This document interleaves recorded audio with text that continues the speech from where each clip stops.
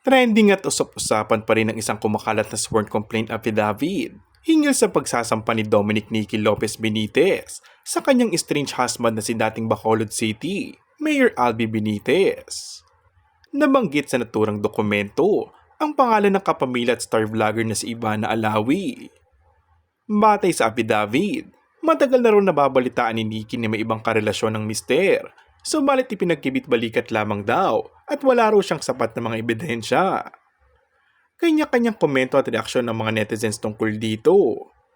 May mga nagsabi pa na kaya umano tinanggal din ito noon sa Batang Quiapo ni Coco matapos na pumutok noon pang nakarang taon ng balita tungkol sa aktres sa si City Mayor Albi Benitez.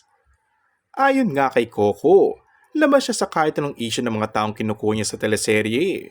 Binibigyan niya lamang umano ng trabaho at exposure ng ilang mga artista, pero labas siya sa personal na buhay ng bawat isa. As long as hindi daw makakaapekto sa programa at sa ilang karakter sa nasabing serye.